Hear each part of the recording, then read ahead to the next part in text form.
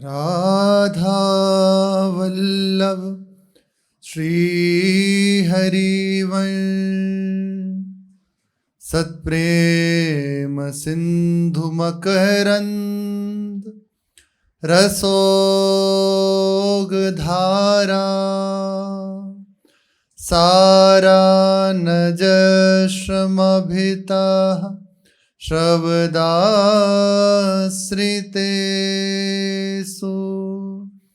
श्री राधिके तव कदा चरणारविंदो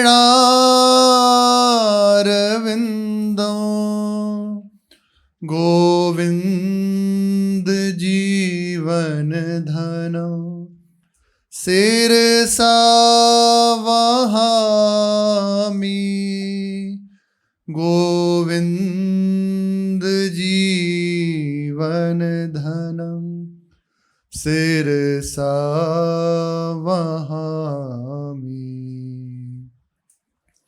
श्री राधा वल्लभ लाल की जय।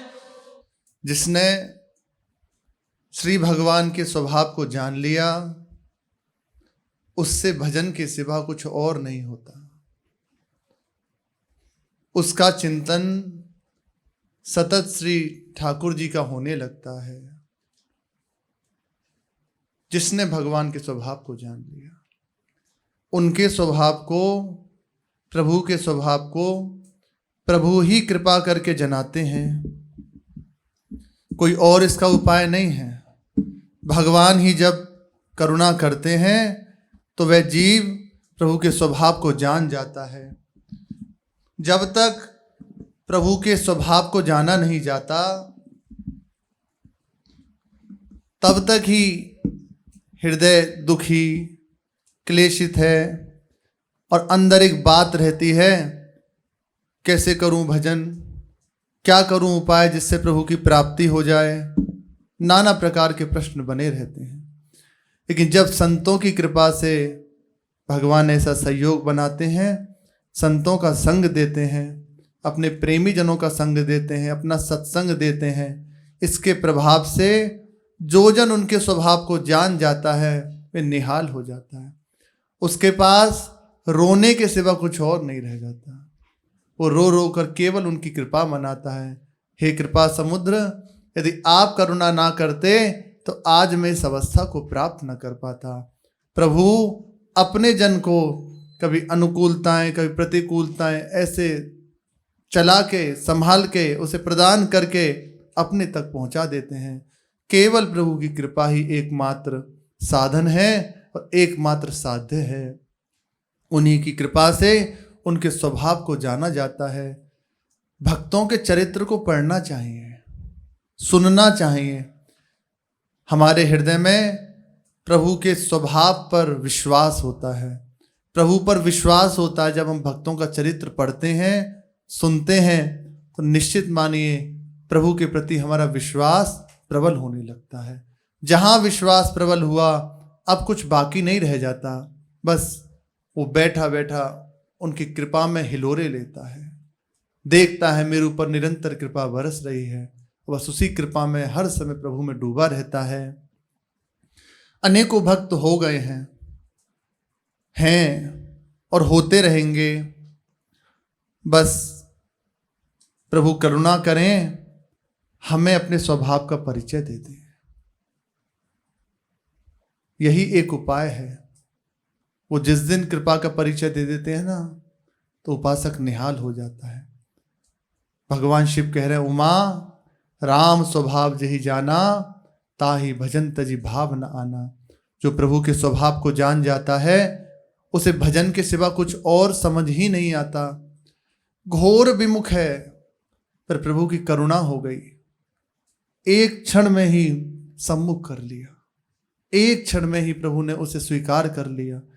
बिल्कुल प्रभु के प्रति भाव नहीं पर कृपा दृष्टि हो गई। उन्हीं की कृपा दृष्टि है। वो किसके सहयोग से करा दे, संत के संग से करा दे, सत्संग करा दे या हृदय में प्रकाशित कर दे, वो उनके द्वारा है। हो गई और बस निहाल हो गया। ऐसा ही आज का एक प्रसंग है। केवल दिखाई देगा, जैसे कल कह रहे थे कि प्रभु अहेतु की कृपालु हैं, निश्चिंत हो जाओ, उनकी कृपा पे भरोसा करो, वो ऐसा निहाल कर देंगे, आपको लाए ना उनकी जिम्मेदारी, वो इस स्थिति में पहुंचा देंगे आपको कि कुछ और आपकी न चाह रह जाएगी न बात रह जाएगी, केवल प्रभु ही प्रभु। प्रभु मिल गए तो सब हो गया। ऐसा ही प्रसंग है पूज्य भाई जी के पावन प्रसंग में। भाई जी के पास एक पत्र आया, और जिनका ये प्रसंग है ना, वे भी कभी कभी श्री गीता प्रेस जी आया करते थे। इंदौर के निवासी थे, इनका नाम था श्री देवचंद जी। विलक्षण ढंग से इनका जीवन परिवर्तित हो गया। आश्चर्य होगा इनका जीवन चरित्र सुन के कि कहीं भी ये बात नहीं कि हमें चलो झूठी सच्ची कह तो रहे नहीं जन कि प्रभु से प्रेम हो जाए, प्रभु मिल जाए। इन्हें बिल्कुल भी इतनी बात भी नहीं कि मुझे प्रभु मिल जाए, प्रभु से प्रेम हो जाए, थोड़ी भी बात हृदय में नहीं। लेकिन ये होती है अहेतु की कृपा। इसीलिए हम प्रभु को अहेतु की कृपा समुद्र कहते हैं। कोई हेतु नहीं, केवल बरसना है, केवल कृपा है। इसलिए प्रभु की कृपा निरंतर बरस रही है। इन्हीं प्रसंगों से हमें विश्वास होता है। इनका जीवन विलक्षण ढंग से परिवर्तित हुआ। ये भाई जी से मिलने आते थे, और भाई जी के कहने पर इन्होंने अपनी ये जो जीवन गाथा थी स्वयं लिखी। उस जगह इन्होंने खुद को मैं ना कहकर एक साधक का नाम दिया, एक साधक। तो जहां भी ये बात आए एक साधक, तो इन्हीं का ही प्रसंग है।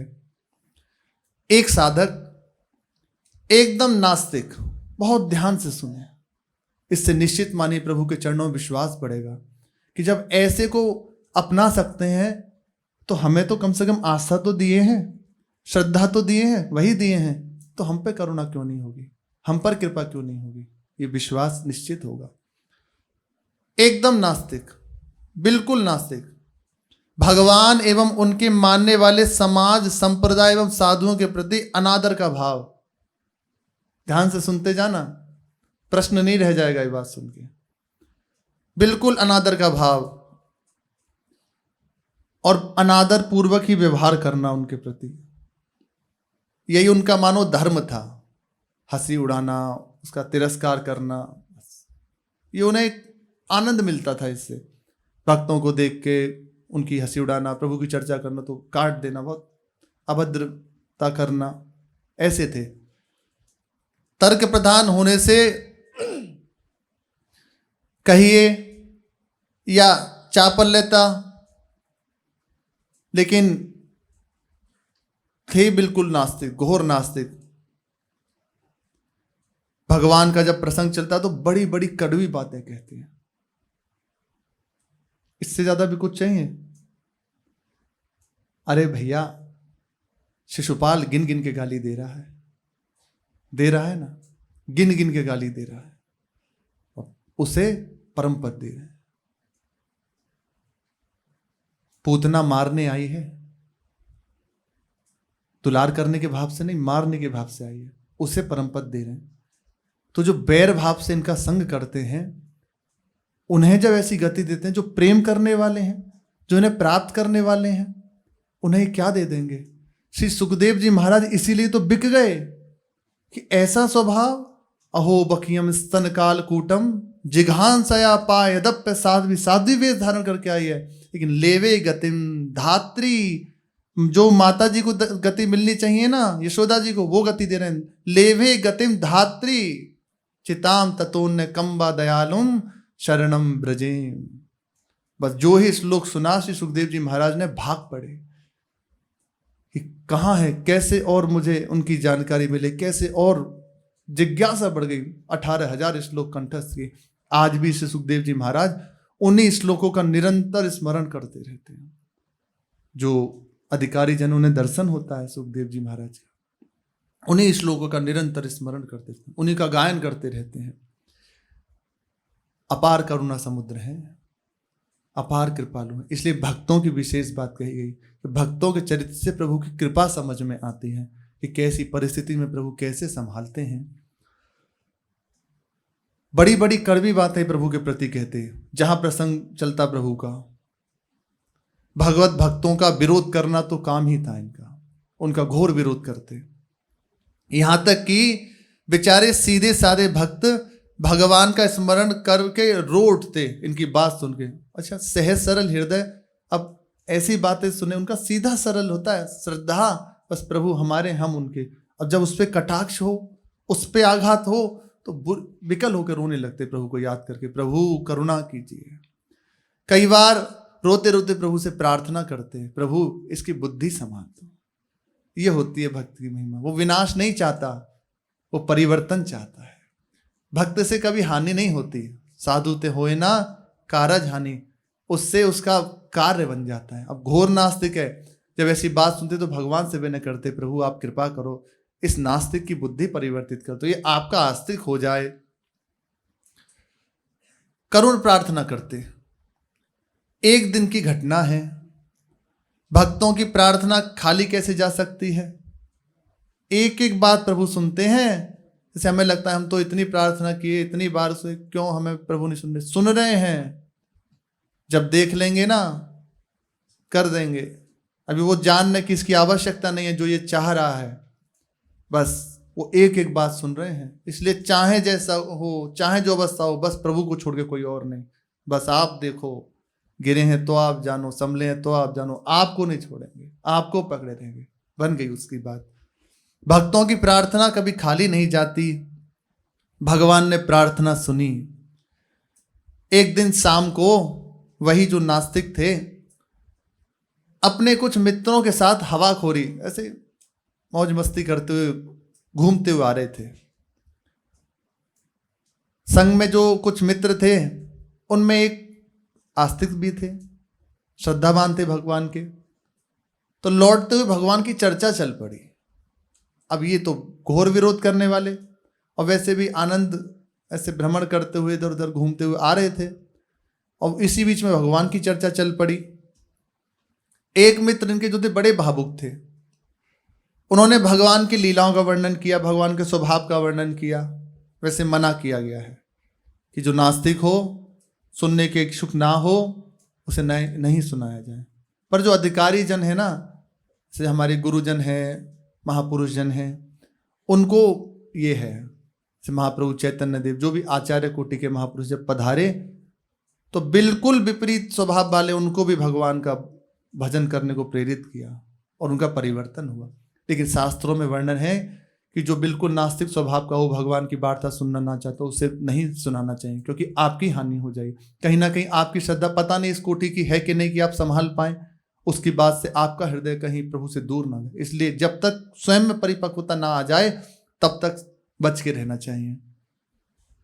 उन्होंने भगवान के अनंत प्रेम की चर्चा करी, बड़ी रसमयी बातें करी। लेकिन ये जो विपक्षी थे, नास्तिक भक्त थे, सुनने के बाद हंसने लगे और बहुत अश्रद्धा युक्त बातें कहने लगे। हर बात को काट दिया, और जो नहीं कहना चाहिए वही, तो उनका तो एक स्वभाव था, उन्हें कोई फर्क नहीं पड़ता था। बहुत कड़वी कड़वी बातें कही। अब ये सुनकर जो श्रद्धावान भावुक भक्त थे, इन्हीं के जो मित्र थे, वो विकल होकर रोने लगे वहीं उनके सामने कि हे भगवान, आज ये कैसा दुर्भाग्य प्राप्त हो गया कि आपकी निंदा सुनने को मिल रही है। कहा है कभी अपने प्रभु की निंदा ना सुने, गुरुजनों की निंदा ना सुने। यदि सामर्थ्य है तो उसकी बात का उत्तर दे दे, अन्यथा अपने कान में उंगली ला के वापस चल दे, यही इसमें भलाई है, नहीं तो आपकी हानि हो जाएगी। ये है। अब वो तो रोने लगे जब इनकी बातें सुनी, और बहुत विकल होकर रोए। अब इनके हृदय में कुछ होने लगा, कुछ हुआ, इनको समझ नहीं आ रहा क्या हो रहा है। और विकल होके भक्त रोते रोते भागे बस, और प्रभु से विनय करने लगे, प्रभु से प्रार्थना करने लगे, प्रभु इस पे कृपा कीजिए, इसको संभाल दीजिए, आप ही कृपा करके इसे संभाल सकते हैं। रो के प्रार्थना करें, और जब ऐसी प्रार्थना भगवान निश्चित सुनते हैं। अब जो नास्तिक थे उनके हृदय पर जो आज का ये प्रसंग हुआ, दृश्य हुआ, इसका बड़ा भारी प्रभाव पड़ा। अब वो घर गए, बस वही चिंतन चलने लगा उनके, और पश्चाताप होने लगा। अभी तक नहीं हुआ था, इतनी बार उनसे ये गलती हुई, कभी नहीं हुआ। आज पश्चाताप हो रहा है कि ये मेरे से क्या हो गया। किसी भक्त का हृदय दुख गया, बार बार अपने आप को ये कोस रहे हैं, बार बार अपने आप के लिए धिक्कार रहे हैं कि बताओ किसी का हृदय दुख गया, ऐसा भी आनंद या विनोद क्या करना, किसी का दुख पहुंचे। बहुत पश्चाताप करते रहे। इसी में यही चिंतन करते करते और ना कुछ खाया ना पिया इन्होंने, और बस नींद आ गई, सो गए। बस यहीं से इनके जीवन का परिवर्तन प्रारंभ हो गया। यहीं से परिवर्तन प्रारंभ हो गया। निद्रा में देखा एक बहुत प्रकाश ही प्रकाश है। देख लो कहीं कुछ नहीं, अब चारों ओर दिखाई दे रहा कि प्रकाश ही प्रकाश छाया हुआ है, और वो भी प्रकाश परम आनंद का अनुभव हो रहा है उसमें। ऐसा विलक्षण आनंद तो कभी इन्हें नहीं हुआ, अपार आनंद। अनुपम सुंदर प्रकाश में बड़े गंभीर भाव से एक सज्जन उपस्थित हुए। दर्शन नहीं हो रहा, एक महापुरुष प्रकट हुए और एक पुस्तक रखकर इनके समीप लुप्त हो गए। तत्काल अंतर ध्यान हो गया। उसी प्रकाश में एक महापुरुष प्रकट हुए और इनके समीप एक पुस्तक रखी और वे अंतर ध्यान हो गए।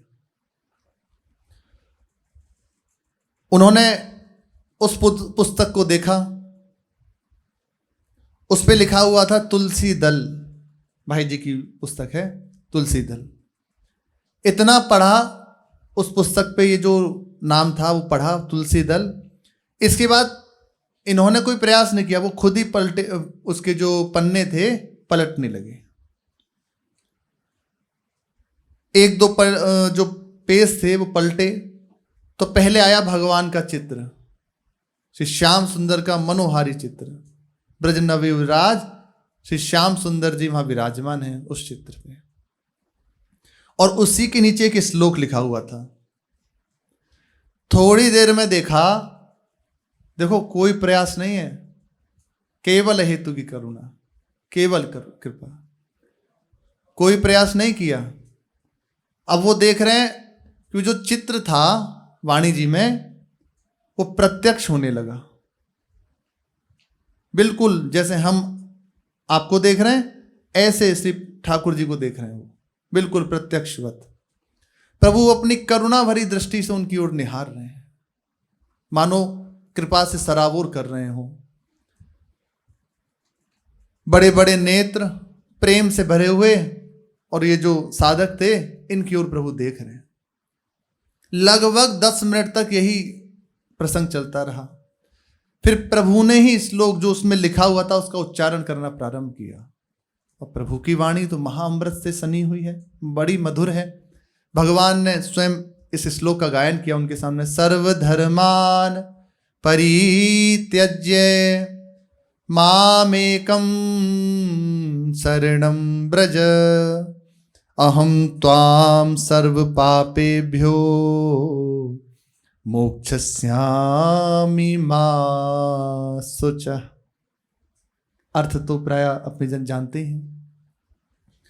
इतना श्लोक प्रभु ने सुनाया और अदृश्य हो गए, बस। अब जो साधक थे उन्हें बस चल रहा है तुलसी दल, उस पर लिखा हुआ गीता प्रेस और वे श्लोक तत्काल कंठस्थ हो गया, प्रभु करा रहे, बस वही चल रहा है। तुलसी दल वाणी गीता प्रेस की है और वो श्लोक जो था, और भगवान का वो जो मधुर स्वरूप सामने प्रकट हुआ। एक बार यदि स्वप्न में भी प्रभु आ जाए ना तो भूला नहीं जा सकता। भावनात्मक झांकी यदि प्रकट हो जाए ना तो दशा बदल जाएगी, बिल्कुल दशा बदल जाएगी। इंतजार करते रहो, वे उनका नाम चित चोर है, किसी का भी चुरा सकते हैं। यहां तक बुला लिया तो छोड़ेंगे थोड़ी। अरे ऐसे ऐसों का चुरा लिया तो बिल्कुल कठोर होके बैठे थे, देखते हैं हम कैसे उनका चुरा लिया।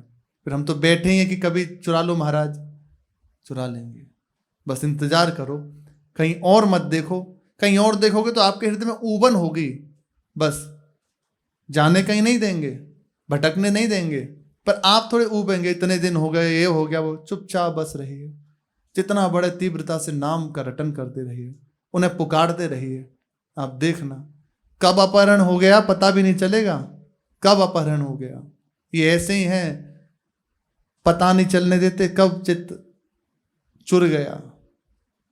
आपको भी समझ नहीं आएगा, क्योंकि जब वो परिस्थिति आएगी ना, जैसे आपसे पूछा जाए आपको कितना श्री जी से प्रेम है, तो आप स्वयं अनुभूति करेंगे कि बिल्कुल प्रेम नहीं है। कहाँ प्रेम, संसार का चिंतन होता है, सब वही प्रपंच भरा हुआ, कहाँ श्री जी से प्रेम है। और हो सकता है गलती हो रही हो, नहीं होने चाहिए वो भी हो रही हो, ऐसा हो सकता है। लेकिन जहां जब निष्ठा पे बात आएगी ना, जहां कोई छेड़ देगा, आप लड़े प्रभु से चलेगा, कि जहां आपको छेड़ दिया जाए, प्रभु के विषय में कुछ कह दिया, उस समय देख लेना बहुत तन जाएंगी। हम बुरे हैं भले हैं जैसे प्रभु के लिए कुछ नहीं, चाहे जो हो जाए, अब तो बस समर्पित जीवन है, बने ना बने, मिले ना मिले, नर्क स्वर्ग वर्ग, आस नहीं त्रास है। आ जाएगी बात। तो ये हो रहा है, वो चुरा रहे हैं। अभी आपसे कहा जाए आप जाओ अमुक स्थान पे, जाओ घूमने जाओ, आज्ञा से बढ़ के कुछ नहीं है, पर आपका हृदय एक बार को कहे चुराया जा रहा है, आप नहीं जानते कि हो रही है। पूरी व्यवस्था बनी हुई है, बस देखते रहो। वो पर्दा हटा रहे हैं, वो हटा रहे हैं। बहुत तेज प्रोसेस चल रहा है, बहुत तेज प्रोसेस है। हम यदि प्रयास करें तो गिनती नहीं कब तक हो, और ना भी हो, आज तक नहीं हो पाया, तो आगे की क्या संभावना। और उनके लिए एक क्षण, उन्हें कोई ज्यादा बड़ी बात है क्या? एक पग में सारे ब्रह्मांड नाप लिए सब। तो जब वो बढ़ेंगे आगे तो बाकी रह जाएगा कुछ। बैठे रहिए, भरोसे में बैठे रहिए। राख मन भरोसो तो पोषी है श्री राधे। बैठे रहिए, आएंगे, इस विश्वास से बैठे रहिए, आएंगे। हम क्या हैं क्यों है कुछ मतलब नहीं, आपके हैं। बस इसका चमत्कार देख लेना क्या होता है, पता नहीं चलेगा क्यों रो रहे हैं। बैठे हैं वो, बस बह गया चित्त, गया गया। कब गया संभाले से नहीं संभलेगा। उनकी करुणा कृपा बस वो छा गई। कितनी देर तक उनके ऊपर बस बैठे रहिए, धैर्य पूर्वक बैठे रहिए, अन्य आश्रय ना लें, अन्य और ना भटकें। बिगड़ेगा कुछ नहीं, इसलिए खोल के कह रहे हैं। बस आपको थोड़ी सी ऊपर लगी इतने दिनों, ये बस अंतराय पड़ जाएगा। अब बैठे हैं निष्ठा लेके, जब आपकी मर्जी हो तो।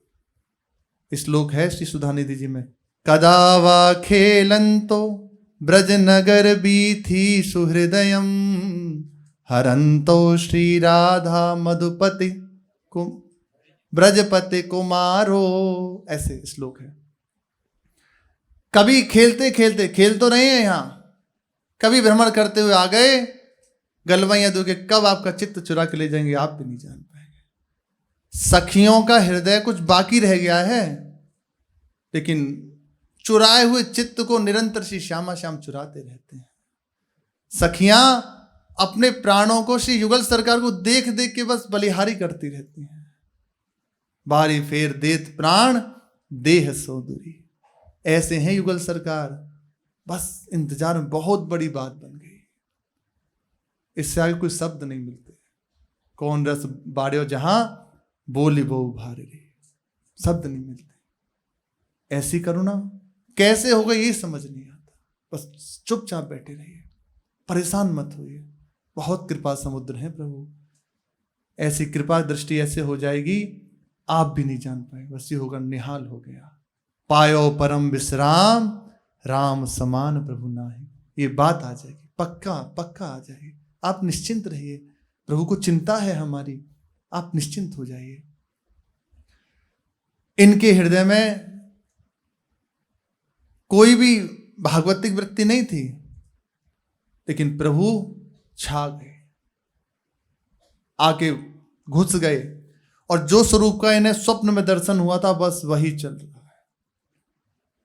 वो श्लोक, तुलसीदल नाम, गीता प्रेस और श्री ठाकुर जी का जो स्वरूप था, वो मधुर वाणी वही गूंज रही है।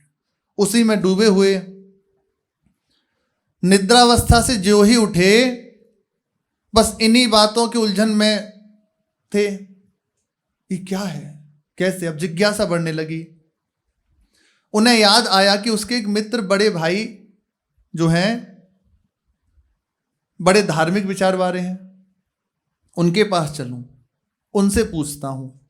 वे तत्काल वहां से अपने घर से उनके समीप गए और वहां जाकर बताया कि गीता प्रेस क्या है, ये तुलसीदल नाम की पुस्तक क्या है। वे उस वाणी को पढ़े हुए थे जिनके पास ये गए थे। उन्होंने बताया कि हाँ, गीता प्रेस एक प्रेस है गोरखपुर में, वहाँ श्री भाई जी हनुमान प्रसाद पोद्दार जी के द्वारा, वहाँ के जो संपादक हैं भाई जी, उनके द्वारा ये तुलसीदल नामक वाणी लिखी गई है, आपके पास है। उन्होंने तत्काल लाए और दिखा दी। देखा वही है, वो तुलसीदल नाम लिखा हुआ, नीचे गीता प्रेस लिखा हुआ, और अंदर खोला तो वही चित्र और नीचे वही श्लोक। अब तो हृदय में और आनंद होने लगा कि जो स्वप्न देखा वो साक्षात हो रहा है।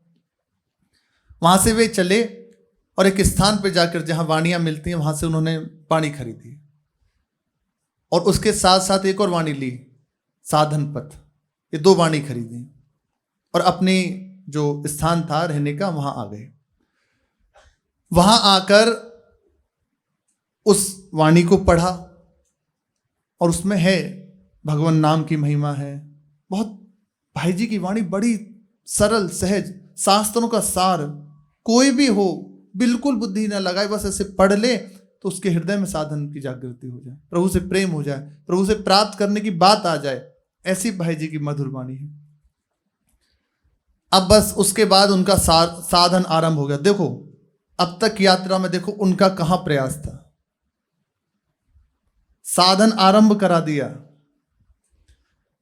उसी वाणी जी में पढ़ के उन्होंने महामंत्र उसको हृदय में धारण किया। हरे राम राम राम हरे हरे, हरे कृष्ण कृष्ण कृष्ण हरे हरे। ये मंत्र रटन प्रारंभ किया। 64 माला नित्य रटते इसकी, 64 मालाएं। और जो इनको स्वप्न में दर्शन हुआ था उसी छवि का ध्यान करते। बस इतनी सी बात पकड़ ली। मानो हमें ये उपदेश है, ज़्यादा भटकने की जरूरत नहीं है। उनका नाम पकड़ लीजिए, उनके चरणों का आश्रय, उनका नाम, और जैसा बने उनका चिंतन। आप नाम रटन कीजिए, उनका चिंतन होने लगेगा, वो उतरने लगेंगे, वो कृपा करके आने लगेंगे। प्रपंच का हृदय में जो विस्तार है उसको नाश करके उतरने लगेंगे। बस इतनी सी बात पकड़ लो। और कुछ बने तो इसके रहते बने, ना बने तो कोई परेशानी नहीं। बस नाम और प्रभु का स्मरण, बस इसी में आ जाइए। बस यही होने लगा जब करते, और हर समय अब इन्हें अभ्यास हो गया ब्रज युवराज का चिंतन करने का। और भी संतों की वाणी पढ़ी, संतों के प्रसंग सुने, भक्तों के चरित्र सुने। इसी नियमावली में, इसी साधन पद्धति में 3 महीने बीते इनके। प्रबल साधन और सबसे बड़ी बात प्रभु का आकर्षण, प्रभु खींच रहे थे। 3 महीने हुए, ऐसी अवस्था हो गई कि सोने में भी चिंतन होने लगता। सोने में भी घर वालों ने बताया कि तेरे मुख से जप होता है, होता है, होता है, आप अभ्यास कीजिए, ये तो है ही। प्रारंभ कीजिए नाम को पकड़ने का, प्रयास कीजिए नाम को पकड़ने का, फिर आप देखेंगे नाम ने आपको पकड़ लिया है। बड़ा अच्छा मित्र है नाम, हर समय हमारे साथ है, हर जगह, हर परिस्थिति में, हर दुख में हमारे साथ है, हर सुख में हमारे साथ है। सोते सोते भी नाम रटना प्रारंभ हो गया। सोते हुए भी 3 महीने का अभ्यास हुआ सभी।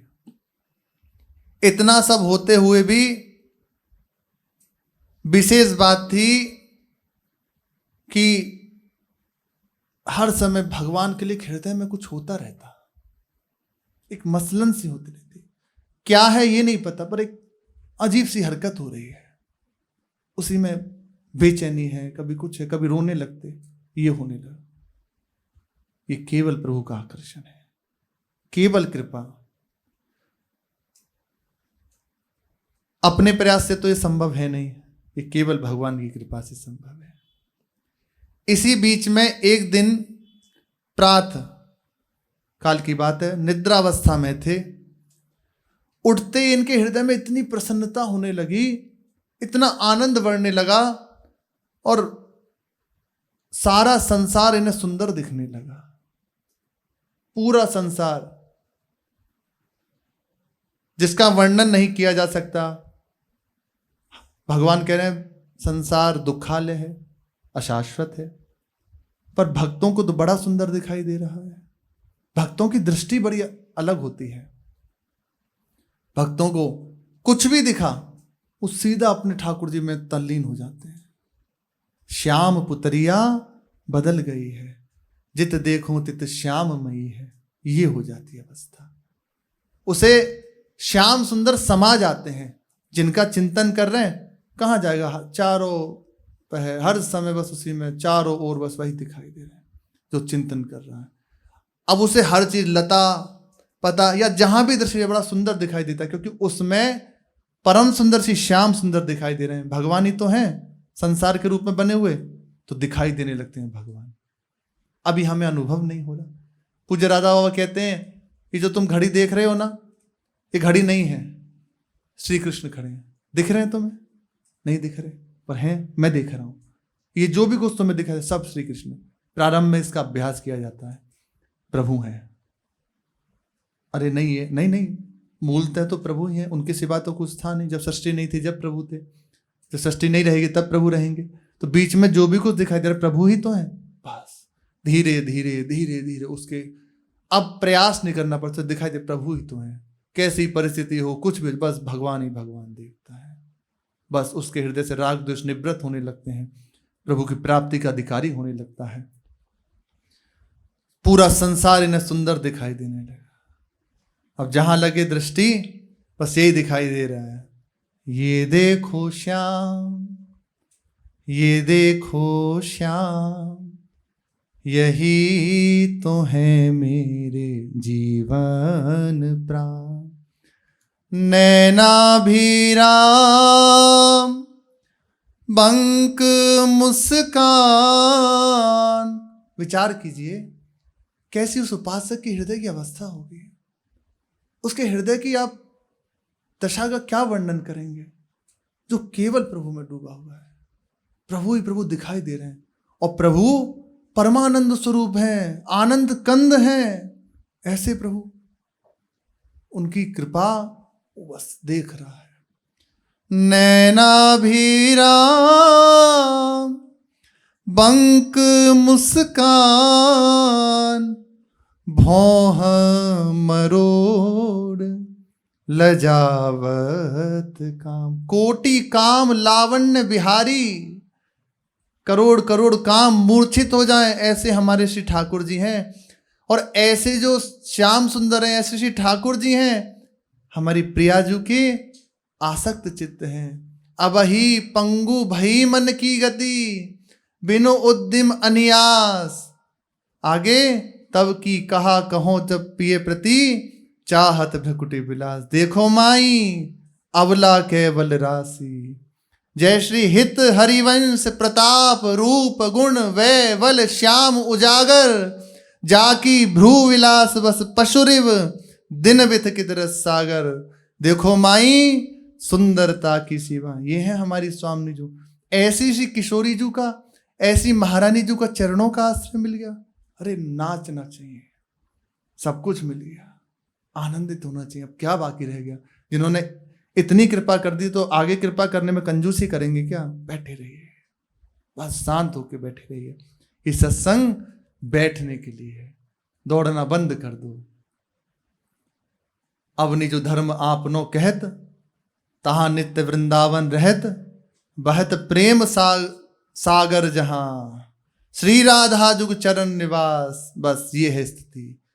निवास स्थल श्री श्यामा जी के चरणारविंद है। विश्राम स्थल बैठ जाओ, भागो मत, शांत हो जाओ, बात बन चुकी है। लीलाभिराम प्रेम निधान, यही तो है मेरे सुंदर श्याम। ये देखो श्याम, ये देखो श्याम, यही तो है मेरे जीवन प्राण। ये दशा उस उपासक की हो जाती है। उसे संसार नहीं दिखाई देता, उसे केवल भगवत स्वरूप चराचर दिखाई देता है। तो जहां दृष्टि पड़ती आनंद का ही उसे अनुभव होता है, उसे दुख का अनुभव नहीं होता, उसे परम आनंद का अनुभव होता है। ऐसी ही इनकी दशा, जहां इनकी दृष्टि पड़ती परम आनंद का अनुभव होता। इन्हें संसार बड़ा सुंदर दिखने लगा, क्योंकि सुंदर श्याम सुंदर यहाँ विराजमान है, मनोहर श्याम यहाँ विराजमान है। हृदय में अपूर्व आनंद, अपार प्रसन्नता थी, और एक आवाज अंदर से आ रही थी, आज अवश्य ही प्रभु के दर्शन होंगे। जब भगवत दर्शन का सौभाग्य होगा ना, जब प्रभु मिलने वाले होंगे ना, ये बात आ जाएगी, बस आज प्रभु मिलेंगे, आज प्रभु का दर्शन होगा। इतना समय हो गया, अब मिलने वाले, सुबह बीती, बस अब मिलने वाले, संध्या हुई, रात्रि में तो आ ही जाएंगे, ऐसे समय बीतता है। रात्रि हुई, आज का भी दिन जा रहा है, चलो स्वप्न में आएंगे। बस इसी में उसके हृदय की और विकलता बढ़ती जाती है, और तन्मयता प्रभु की बढ़ती जाती है। बस इसी आनंद में, इसी विरह के आनंद में प्रभु का साक्षात्कार होने लगता है। बस उसके हृदय में चल रही थी, आज प्रभु का दर्शन होगा, आज निश्चित प्रभु कृपा करेंगे। पूरे दिन खूब आनंद रहा, खूब मस्ती रही, भूख का कुछ पता नहीं, ये सब पीछे छूट जाते। नहीं खान पान तिन भावे है, नहीं कोमल वसन सुहावे है, सब विषय लगे खा रहा है, हरि आशिक का मग्न, ये अवस्था हो जाती है। आज बहुत अधिक आनंद प्रसन्नता है।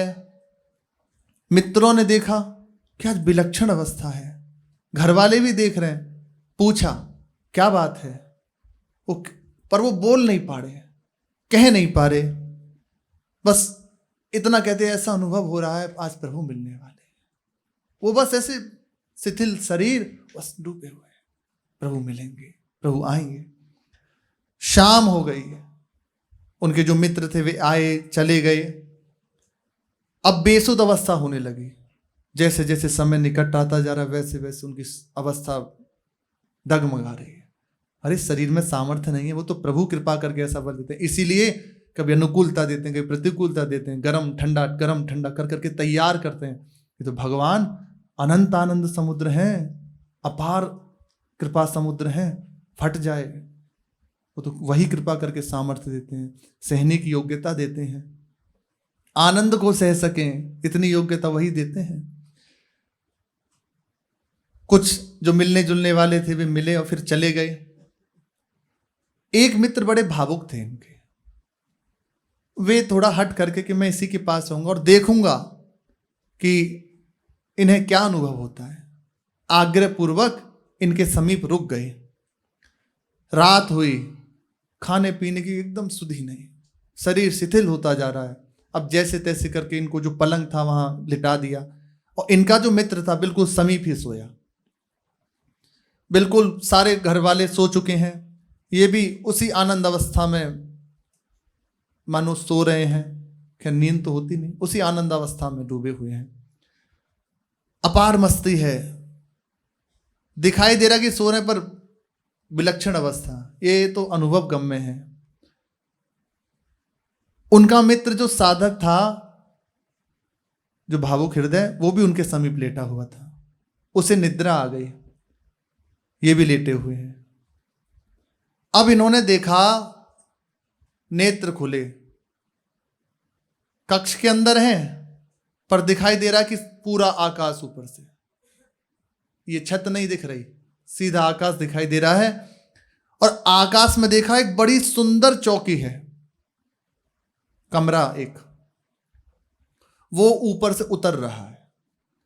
और जहां इनका कमरा था, जहां इनका कक्ष था, उस कक्ष में जहां पलंग लगा हुआ था उसके चारों ओर वो चौकी रख गई। अब वो चौकी के अंदर ये पलंग पे उनका मित्र सो रहा और परिवार वाले सब सो रहे हैं, ये बस देख रहे हैं। चौड़ाई लंबाई उसकी खूब अच्छी थी, दिव्य चौकी, नीचे की ओर से ऊपर की ओर सुसज्जित वस्तुएं उसमें लगी हुई थी, और मंत्र आदि लिखे हुए थे, वो सब उन्हें साफ दिखाई दे रहे थे। वो लेटे लोटे ये सब देख रहे हैं और उन मंत्रों में से प्रकाश निकल रहा है। आसपास जितने भी जनता, ये किसी को कुछ नहीं पता, केवल इन्हीं को अनुभूति हो रही है। अभी प्रभु किसी से मिलना चाहें या आपको कोई अनुभूति हो, आपके हृदय में कोई भाव प्रकट हो, तो आप ही जान पाएंगे, समीप में बैठा हो नहीं समझ पाएगा। वो कृपा करें प्रभु तो जान पाएंगे। चौकी क्या थी? वो मानो एक कमरा ही था। रतन जटित चौकी के ऊपर छत थी जो 12 फुट होगी। छत के बीचों बीच महामंत्र लिखा हुआ था। अनेकों रंग का प्रकाश उस महामंत्र में से निकल रहा है।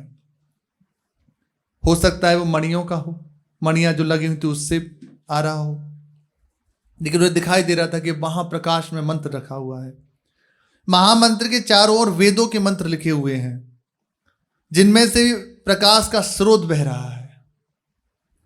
अब सुन ही लें, ये तो जब प्रभु कृपा कराएंगे तब अनुभव होगा, तब जान पाएंगे कि क्या है। चारों ओर दीवारें थीं, लेकिन उनमें से निरंतर वायु आ रही है। वायु को रोक नहीं पा रही। चारों ओर दीवारें हैं और उसमें से वायु बह रही। ये सब चिदानंद में है, सच्चिदानंद में है। निरंतर वायु का आवागमन हो रहा है। हर एक कण से आनंद की चीजें दिख रही हैं। उसके पूर्व तरफ के दीवार से सटे हुए 2 दरवाजे हैं। बीच के हिस्से में पास पास दिव्य रत्नों से जटित सिंहासन सजे हुए हैं। दीवालों के सब तरफ से अनेक मंत्र लिखे हुए चित्र बने हुए थे और हर एक से प्रकाश निकल रहा है, जिनमें से अलग अलग रंग का प्रकाश छाया हुआ है। साधक जो हैं वो एकटक उसी दृश्य को देख रहे हैं। अपार आनंद का अनुभव हो रहा है इसी से। इतने में ही उस पर उन्होंने देखा कि एक सज्जन टहल रहे हैं। खादी का सफेद लंबा कुर्ता, मोटी धोती पहने हुए हैं। बीच के श्रेणी का स्थूल शरीर, और वो वहीं घूम रहे हैं। वे साधक के समीप आए और उनसे कहा, तुम उठो और हाथ पैर धो लो और ऊपर आ जाओ, चलो। ऐसा उन साधक से कहा। उन्होंने कहा, आज जब वो हाथ पैर धोने के लिए कहा उनसे, फिर आगे कहा कि आज भगवान की आज्ञा अनुसार तुम्हारे यहां उनकी मंडली की बैठक है। इसमें अनेक संत महात्मा सम्मिलित होते हैं। कीर्तन के बाद भगवान द्वारा स्वयं नए भक्तों से कुछ कहकर बाद में जगत में सुख शांति संरक्षण आदि की क्या व्यवस्था करनी है, इस पर विचार किया जाएगा। भगवान को चिंता है, उन्हें चिंता है। वो महापुरुषों को नियुक्त किए हुए हैं जीव का मंगल हो, इसलिए यह कमेटी नियम से होती है। इसमें सब मिलकर सदस्य हैं, जिसमें 45 प्राचीन ऋषि मुनि और 45 आज के जगत में सशरीर प्रत्यक्ष जो विराजमान महापुरुष हैं वे हैं। संत महात्मा जो यहाँ विराजमान है वे उसमें सम्मिलित हैं। प्रत्येक की इच्छानुसार वर्ष में 4 दिन 4 स्थानों पर मंडली की बैठक रखी जाती है। इस तरह वर्ष पूरा हो जाता है। आज मेरी इच्छानुसार, उनकी इच्छा से तुम्हारे यहाँ पर यह बैठक रखी गई है। मैं भारत में गीता प्रेस से निकलने वाला धार्मिक पत्र कल्याण के संपादक का काम करता हूँ। नाम है हनुमान प्रसाद पोद्दार। भाई जी महाराज स्वयं अपना परिचय दे रहे हैं। ठीक 11 बजे, उससे थोड़ा ऊपर, संतों का आगमन प्रारंभ हो गया। संत महापुरुषजन आना शुरू हो गए। वे सब क्रमशः आते और अपने अपने जो नियत स्थान थे वहां आकर बैठ गए। संत जो जो आते रहते थे वैसे वैसे भाई जी प्रत्येक का नाम उन साधक को बताते, ये अमुक महापुरुष हैं, ये अमुक महापुरुष हैं, सनकादिक ऋषि हैं, ये देवर्षि नारद हैं, ये अंगिरा जी हैं, ऐसे बताते जा रहे हैं। ये हैं ये। आप विचार कीजिए क्या साधना, केवल हेतु की कृपा, बस यही सार बात है। कृपा के भरोसे होकर बस बैठे रहिए। कब किससे मिलाना है, क्या कराना है, उनकी जिम्मेदारी वो कर देंगे, पक्का कर देंगे। सबके आने के बाद कीर्तन प्रारंभ हुआ। पहले ऋषि मुनियों ने कीर्तन करना प्रारंभ किया, उनके बाद जो पीछे से संत महापुरुष होते उन्होंने गाना प्रारंभ किया। धीरे धीरे कीर्तन की गति बढ़ी और लगभग आधा घंटा कीर्तन करने के बाद सब खड़े हो गए। कीर्तन में कोई नाचने लगे, कोई कूदने लगे, कई आवेश में हो गए। ये जो साधक थे और भाई जी भी कीर्तन कर रहे थे। बीच में ही भाई जी ने साधक से कहा कि अब भगवान आ रहे हैं, सावधान हो जाओ। और आज के 3 माह बाद बुधवार को फिर से तुम्हारे यहां ही मंडल की बैठक होगी। भगवान के आने के पूर्व एक तरफ की बड़ी मीठी अद्भुत मोहक सुगंध आने लगी, चारों ओर फैल गई भगवान की श्रीअंग की गंध। उस गंध का आना प्रारंभ हुआ। उस गंध के कारण कीर्तन में विशेष रस पैदा होने लगा। कुछ दरवाजों से आकर सिंहासन पर बैठ गए, जो प्रभु के साथ जन थे वे दरवाजे से आए, और जो सिंहासन थे प्रभु के साथ भी निर्जन आए, वो सब आके सिंहासनों पर बैठ गए। सने सने सब महापुरुष जन आगे बैठ गए। कीर्तन में साधक का मन तन सब तल्लीन होने लगे। भगवत इच्छा से उन्हें दिख रही थी भगवान की लीला, उन्हें दिखाई दे रहा कैसी भगवान की अद्भुत लीला चल रही है। रोमांच हो रहा है, अश्रुपात हो रहे हैं और अखंड आनंद की अनुभूति हो रही है। ऐसी मस्ती, बस उसी में झूम रहे हैं। देखा भगवान सामने विराजमान है, उसी मस्ती में देखा।